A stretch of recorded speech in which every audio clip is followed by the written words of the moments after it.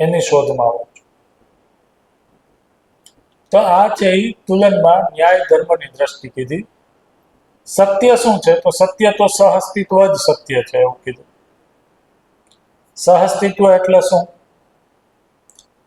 તો કે હું એકલો નથી અસ્તિત્વમાં, હું નિરંતર કોઈને કોઈ વ્યક્તિ કે પ્રકૃતિ સાથે છું જ. મારું જોડાણ છે એની સાથે જ છે.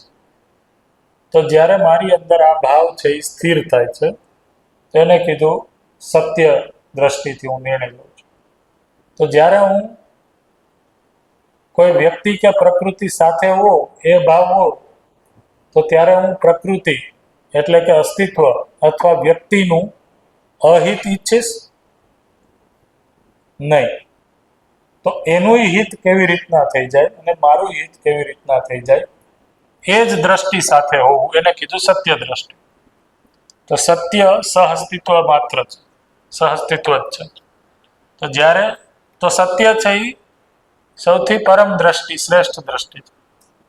તો જ્યારે હું સહઅસ્તિત્વપૂર્વક જીવું છું, ત્યારે હું મારું તો શુભ ઈચ્છું જ છું, કરું જ છું, પણ પહેલા છે એ બધાનું શુભ થાય એ ઈચ્છું છું, કરું છું. એટલા માટે એને વિદ્યામાં છે એક આ સૂત્રથી કીધું. શું સૂત્ર કીધું? તો કે સર્વશુભમાં જ સ્વશુભ સમાયેલું છે. શું કીધું? સર્વશુભમાં સ્વશુભ સમાયેલું છે.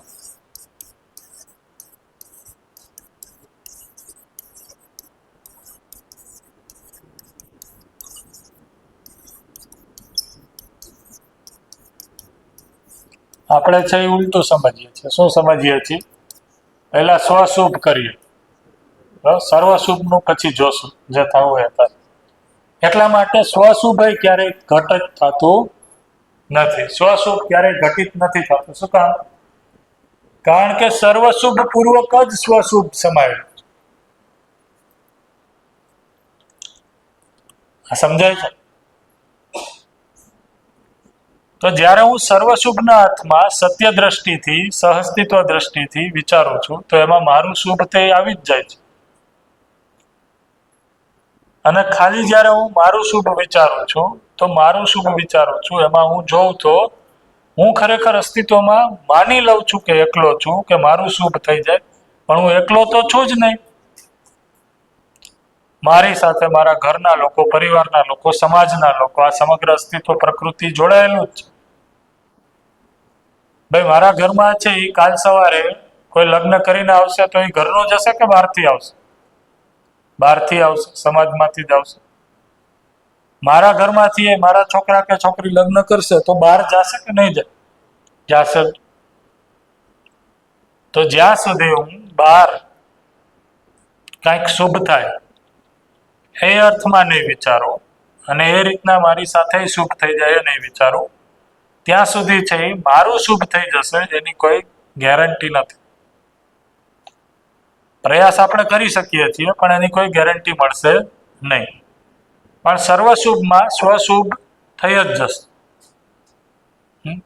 આ એના જેવી વાત છે કે મારે એકલાને રસ પીવો હોય તો મારે છે એ અલગ પ્રયાસ કરવા પડે, ને મળી જાય કે ન મળી જાય એની કોઈ ગેરંટી નથી. પણ આપણે બધા માટે વિચારીએ તો બધાને મળી જાય, એમાં મને મળી જ જવાનો છે, મળવાનો જ છે મને. તો સર્વશુભ દ્રષ્ટિકોણ થાય એ અલ્ટિમેટલી આપણી અંદર જાગૃતિનો ઉદય છે. તો ક્યાંથી એ ઉદય છે? તુલન દ્રષ્ટિથી ઉદય છે. તો જે પણ જગ્યાએ કામ કરવાનું છે, કામ કરવાની જગ્યા જીવન ક્રિયાની અંદર, જીવનમાં પહેલી ક્યાં છે?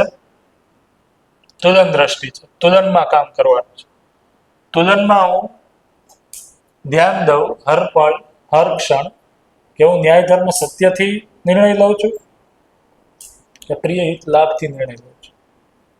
પ્રિય હિત લાભથી નિર્ણય લઈશ તો એનું આઉટપુટ ક્ષણિક છે, દુઃખદાયી છે, અથવા તો નિરંતર સુખ આપવા વાળું નથી. અને ન્યાય ધર્મ સત્યની દ્રષ્ટિથી જ્યારે હું નિર્ણય લઉં છું તો એનું આઉટપુટ છે એ લોંગિટિવિટી વાળું છે, નિરંતર સુખદાયી છે, એમાં મારું સુખ છે એ સમાયેલું જ રહે છે.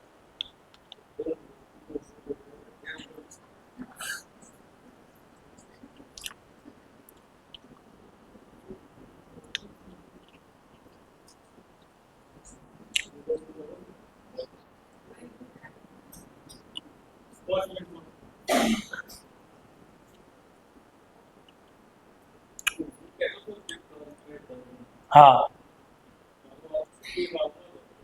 હમ.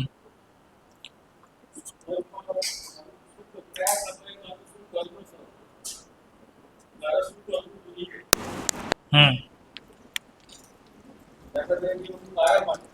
તો મારા માટે મારા શરીરને લાભકારી છે. હા.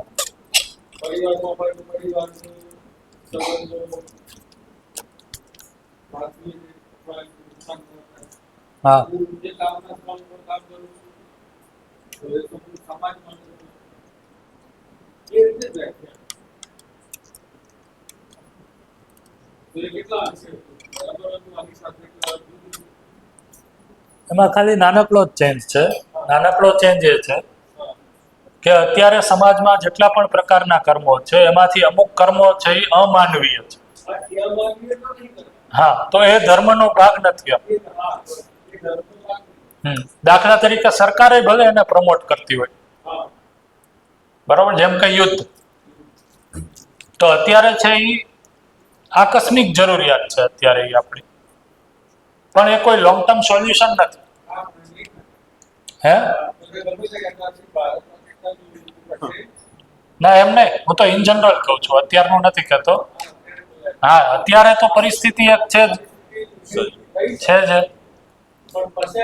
હમ. ભારત પાકિસ્તાનનું સીધે સીધું યુદ્ધ વિશ્વય નહીં. ભલે ઇઝરાયલ અમારું ચાલુ રહ્યું, યુક્રેન રશિયાનું ચાલુ રહ્યું, ભારત પાકિસ્તાનનું યુદ્ધ નહીં. તો અમાનવીય શું શું છે? તો પરધન, પરનારી, પરપુરુષ અને પરપીડાત્મક કાર્ય વ્યવહાર, આ ત્રણ, આ અમાનવીય કૃત્ય છે. તો આ અમાનવીય કૃત્યના માટે જે પણ ધંધો અને વ્યવસાય ચાલે છે એ કર્મ એ મારો ધર્મ નથી. આ સમજાણું? ભલે પછી એ ગવર્મેન્ટ પ્રમોટ કરતી હોય. તો યુદ્ધ છે એ પરપીડાત્મક કામ છે. અત્યારની જે પરિસ્થિતિ છે એ પરિસ્થિતિને જોતા બોર્ડર ઉપર માણસોય રહેશે, સેનાઓય રહેશે અને હથિયારોય રહેશે, પણ આપણે કોઈ સમયે તો એ નિષ્કર્ષ ઉપર આવવું પડશે કે યુદ્ધ છે એ કોઈ માનવ માટે જરૂરી કે ઈચ્છનીય ઘટના તો નથી. તો એટલા માટે જે સોલ્જર યુદ્ધમાં કામ કરે છે એ એનો ધર્મ કરે છે, દેશ પ્રત્યેની ફરજ અદા કરે છે, એવું નથી. આ સમજાય છે? કારણ કે એ જે કર્મ છે એ કર્મ ઇટ સેલ્ફ જ અમાનવીય છે. અને એની પાછળની દ્રષ્ટિને આપણે ચકાસીએ તો કોઈ એક વ્યક્તિની અંદર જે આ પ્રિયહિત લાભ દ્રષ્ટિ છે એ એનું કારણ છે. તો કામ છે એ પ્રિયહિત લાભની બદલે એનું ધ્યાન ન્યાય ધર્મ સત્ય ઉપર જાય એ કરવાનું છે. તો એ કામ ચાલુ રહેશે. એનો અર્થ એવો છે કે અત્યારે આપણે છે એ હથિયારો મૂકી દેશું, બોર્ડર છે એ ખુલ્લી કરી દેશું, એવું નથી કરતું. જ્યાં સુધી સમજ ઉપર કામ ચાલુ છે, કામ થાય છે, ત્યાં સુધી એ ચાલુ રહેશે. પણ મારી અંદર એ નિષ્કર્ષ બનેલો રહેશે કે એ કોઈ અલ્ટિમેટ સોલ્યુશન નથી. આ સમજાય છે? યસ. તો અત્યારે સરકાર છે એ તો લીકર, દારૂને વેચવું છે એ પણ ધર્મ સમજે છે. તો એ ધર્મ નથી. આ સમજાય છે? એવી જ રીતના છે કોઈ દેશમાં તો પર સ્ત્રી, પર નારી, પર પુરુષ છે એ પણ ધર્મ છે. પણ શું એ ધર્મ છે? એ ધર્મ નથી. તો જે પણ અમાનવીય કૃત્ય છે એ અમાનવીય કૃત્યને સપોર્ટ કરતા હોય એવા કર્મ છે, કામ ધંધાઓ છે, એ કોઈ ધર્મથી એમાં હું એમ ન કહી શકું કે એ તો મારો ધર્મ છે, હું મારા ધર્મને બજાવું છું. ના, એ ધર્મ નથી. તો પછી બધા જ કામ છે એ ધાર્મિક તમે ખપાવી દીધા. એ ધર્મ નથી. ભૂતકાળમાં મોટું જે હે ભૂતકાળમાં જે નેતાઓ સાથે એ થઈ જ છે, એટલા માટે તો માનવ સમાજ એ ઉપર ચાલ્યો છે ને એના જે વિપરીત પરિણામો છે એ મળ્યા છે. તમે જોવો તો ધારો કે આપણે કોઈ વસ્તુ સાચી છે કે ખોટી છે એને આપણે નિર્ણય કે જજમેન્ટ આપીએ એના વિના ખાલી એટલું જ આ વસ્તુને છે એ ડિલીટ કરી નાખજો અથવા તો રેકોર્ડિંગ સ્ટોપ કરી દો.